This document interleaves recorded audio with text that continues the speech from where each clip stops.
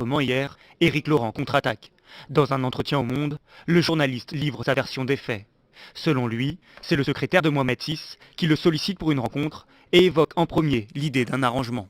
À un moment donné, il me dit « On pourrait peut-être envisager une rémunération, une transaction en contrepartie d'un retrait écrit. » C'est lui qui m'amène à cette idée.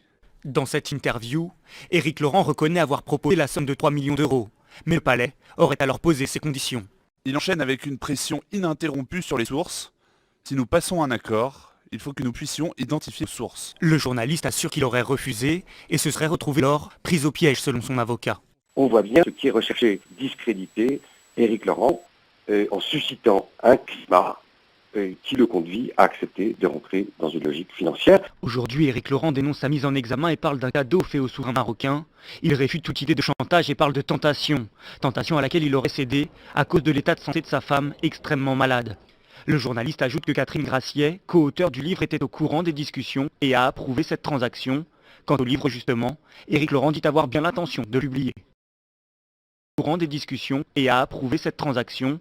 Quant au livre justement, Éric Laurent dit avoir bien l'intention de le publier.